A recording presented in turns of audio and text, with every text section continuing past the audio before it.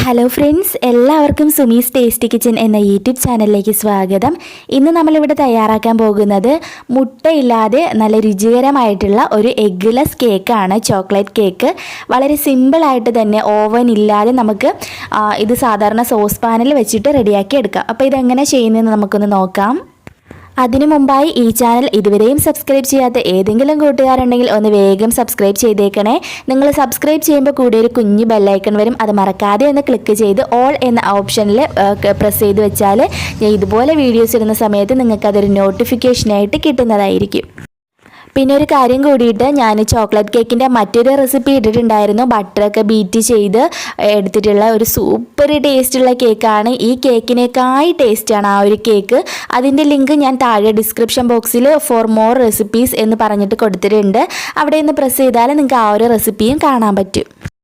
അപ്പം നമുക്ക് ഈ എഗ്ഗ്ലെസ് കേക്കിന് വേണ്ടിയിട്ട് ഞാനൊരു 3/4 കപ്പ് തൈരാണ് എടുത്തിട്ടുള്ളത്. തണുപ്പില്ലാത്ത തൈര് തന്നെ എടുക്കുക. അതുപോലെ തന്നെ 3/4 കപ്പ് പഞ്ചസാര ഇതിലേക്ക് ഇടാം. ഇനി ഇതിലേക്ക് ഒരു 1.25 ടീസ്പൂൺ വാനില എസൻസ് ഒഴിച്ചു കൊടുക്കാം. നല്ല ഡാർക്ക് കളറിലുള്ള വാനില എസൻസ് ആണെങ്കിൽ ഒരു 3/4 ടീസ്പൂൺ മതിയാവും. നന്നായിട്ട് മിക്സ് ചെയ്യുക. പഞ്ചസാര നല്ലപോലെ ഇതിൽ കിടന്ന് മെൽറ്റ് ആവണം. അതുപോലെ തന്നെ ഇതിലേക്ക് ഞാനൊരു 6 ടേബിൾ സ്പൂൺ മെൽറ്റ് ചെയ്ത ബട്ടറാണ് ഒഴിച്ചു കൊടുക്കുന്നത്.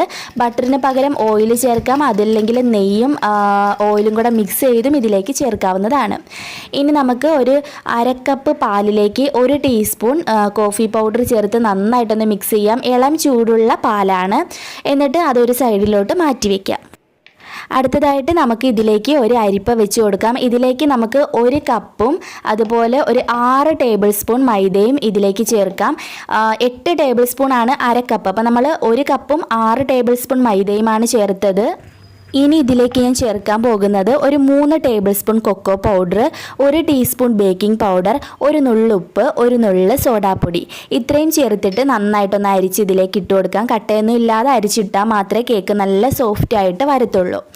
അപ്പോൾ വളരെ സിമ്പിളാണ് ഈ ഒരു കേക്ക്. ഇനി നമുക്കിത് മിക്സ് ചെയ്യുന്നതിനോടൊപ്പം തന്നെ നേരത്തെ മിക്സ് ചെയ്ത 1/2 കപ്പ് പാലും കോഫി പൗഡറും കൂടെ മിക്സ് ചെയ്ത് വെച്ചില്ലേ, അത് കുറേശ്ശെയായിട്ട് ഒഴിച്ച് മിക്സ് ചെയ്ത് എടുക്കുക. പെട്ടെന്ന് തന്നെ അങ്ങ് ഒഴിച്ച് കൊടുക്കുക കേട്ടോ. എന്നിട്ട് പെട്ടെന്ന് അങ്ങ് മിക്സ് ചെയ്യുക. ഓവർ മിക്സിങ് പാടില്ല. അതായത് ഇതുപോലെ മിക്സ് ആയതിന് ശേഷം വീണ്ടും ഇങ്ങനെ ഇളക്കിക്കൊണ്ടിരുന്നാൽ അതിന് ഓവർ മിക്സിങ് എന്നാണ് പറയുന്നത്. അപ്പോൾ കേക്ക് ഹാർഡായി പോകും. അതുകൊണ്ട് തന്നെ നിങ്ങൾ ഓവറായിട്ട് മിക്സ് ചെയ്യല്ലേ.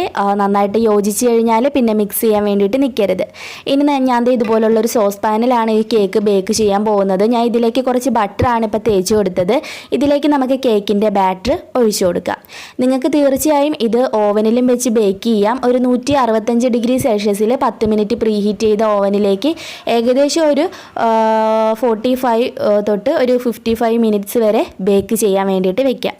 അപ്പോൾ ഇതിപ്പോൾ നമ്മൾ ഓവൻ ഇല്ലാതാണ് തയ്യാറാക്കാൻ പോകുന്നത്. ഞാനിപ്പോൾ ഇവിടെ ഇരുമ്പിൻ്റെ ഒരു ചപ്പാത്തിയൊക്കെ ചുടുന്ന ഒരു കല്ലാണ് ഇവിടെ വെച്ച് കൊടുത്തിട്ടുള്ളത്. ഇതിൻ്റെ ടോപ്പിൽ നമുക്ക് ഇതുപോലെ ഏതെങ്കിലും ഒരു സ്റ്റാൻഡ് വെച്ച് കൊടുക്കാം.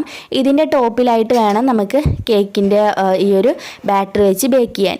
ശരിക്കും നമുക്ക് ഈ സ്റ്റാൻഡ് വെക്കാതെ നമ്മൾ വെക്കുകയാണെങ്കിൽ കുറച്ചുകൂടെ പെട്ടെന്ന് വെന്ത് കിട്ടും. അപ്പോൾ സ്റ്റാൻഡ് വെക്കുന്നതുകൊണ്ട് കുറച്ചുകൂടെ ടൈം എടുക്കുമെന്ന് മാത്രമേ ഉള്ളൂ. ഞാൻ ആ ഒരു സ്റ്റാൻഡ് മാറ്റിയത്, അത് കുറച്ച് വളവുണ്ട്, അതുകൊണ്ട് അത് മാറ്റിയിട്ട് വേറൊരു സ്റ്റാൻഡ് വെച്ചു. ഇനി നമുക്കിത് അടച്ച് വെച്ചിട്ട് ബേക്ക് ചെയ്യാം. ഏകദേശം ഒരു 40 മിനിറ്റ്സ്, ഒരു 40 മിനിറ്റ് നമുക്കൊന്ന് ബേക്ക് ചെയ്യാൻ വെക്കാം. 40 മിനിറ്റ് കഴിഞ്ഞിട്ട് തുറന്നാൽ മതി. ഇതിപ്പോൾ ഗ്ലാസിൻ്റെ അടപ്പായതുകൊണ്ട് നമുക്ക് പെട്ടെന്ന് അറിയാൻ പറ്റും. അപ്പോൾ ഇതിപ്പം ഞാൻ കറക്റ്റ് 40 മിനിറ്റ് എടുത്താണ് നന്നായിട്ട് വന്നിട്ടുള്ളത്. നല്ല സോഫ്റ്റാണ്. നമ്മൾ സോസ് പാനിൽ ഉണ്ടാക്കുന്ന കേക്ക് നല്ല സോഫ്റ്റാട്ടോ.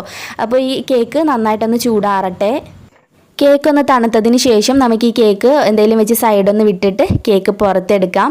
അപ്പോൾ ഈ ഒരു സോസ് പാൻ വെച്ചിട്ട് കേക്ക് ആ ഒരു ചെറിയ കേക്കാണ്, നമ്മൾ വലിയൊരു കേക്കല്ല, ചെറിയ കേക്കാണ് തയ്യാറാക്കിയിട്ടുള്ളത്.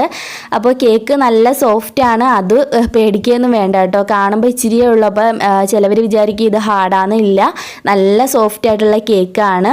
അപ്പോൾ ഇതിൻ്റെ മുകളിലേക്ക് ഞാൻ കുറച്ച് ചോക്ലേറ്റ് സ്പ്രെഡ് ചെയ്യുന്നുണ്ട്.